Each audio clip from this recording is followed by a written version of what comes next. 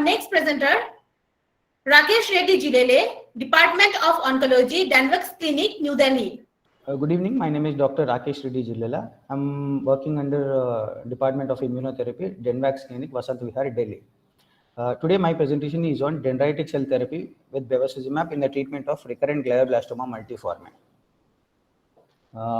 We have conducted a study on immunotherapy, which is dendritic-based cell therapy, along with bevacizumab in glioblastoma multiforme patients. To assess the treatment response in clinical terms of patients with glioblastoma multiforme following dendritic cell therapy along with low-dose bevacizumab. And introduction is GBM is the most common primary brain tumor in adults with a poor median survival less than 5 months, despite the recent advances in conventional treatment modalities. Clinical studies have demonstrated efficacy of immunotherapy in improving overall survival with minimum to no toxicity. Autologous dendritic tumor antigen vaccine is a potential strategy to boost our anti-tumor immunity. We have taken 12 patients. Our methods include patients with residual disease and who are recurrent GBM. Following surgery, radiotherapy and chemotherapy were selected. Patient received a dendritic-based vaccine through IV route on day 10 of blood collection and injection bevacizumab, which is a VEGF inhibitor, and 100 mg IV on day 7, which is 3 days prior to the dendritic-based cell therapy. Patient received 6 cycles at 2 weekly interval, followed by monthly maintenance therapy. And the results were very encouraging for us. 12 patients received the therapy, out of which 7 patients have better coordination of thoughts and mental alertness and recovery of normal sleep and appetite. There was a good response in terms of progression-free survival with no immediate or delayed adverse effects. And in conclusion, the use of dendritic cell-based therapy in combination with low-dose bevacizumab has showed promising results in patients of glioblastoma multiforme, even with recurrence or the patients who are refractory to conventional therapies or with residual disease, which are post-conventional treatment modalities.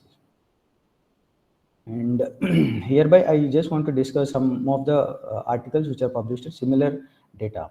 And study of Kikuchi et al. Showed neuroimaging or partial response to dendritic cell therapy, in which 7 out of 8 patients at the end of 8 weeks. And Louis et al. In their study, 12 patients found the patient receiving DC therapy to have increase in progression-free survival by 11 months. Post-conventional therapy, immunotherapy has proved to be effective in numerous experimental models of cancer. Mutating cancer cells failed to get recognition through the immune vicinity and have likelihood of becoming cancerous. Cytotoxic T-cell response is hardly generated in cancerous tissue. Generation of parallel immunity plays an important role for establishment of solid tumors. Often immature dendritic cells are found in and around tumor cells, but they cannot elicit the CTL response. The mainstay of cancer regression is due to effective of cytotoxic T-cell response.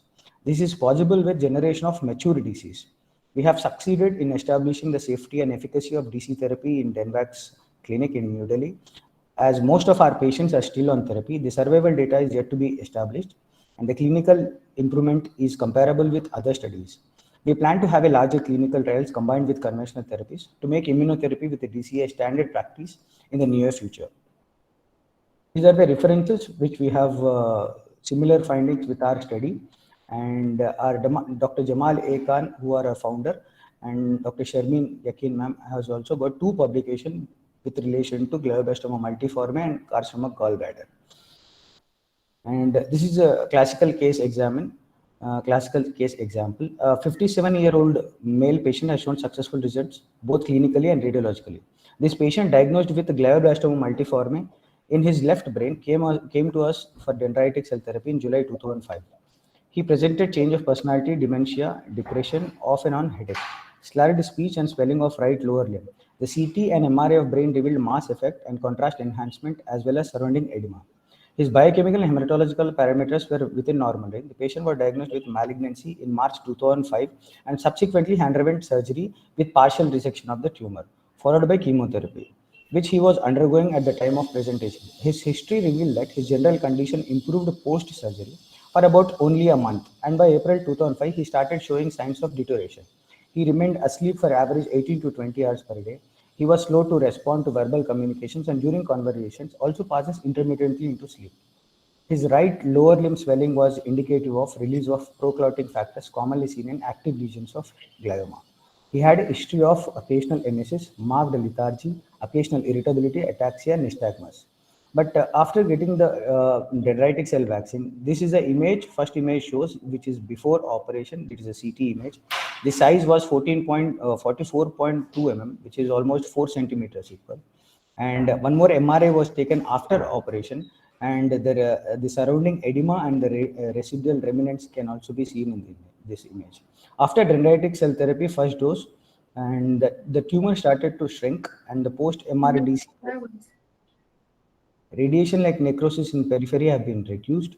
And the fourth image, which shows MR post-DC third vaccine, the size has come down to 4.2 mm from 44 mm.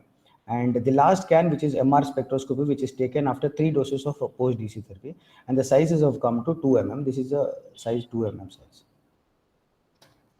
Thank you. Thank you.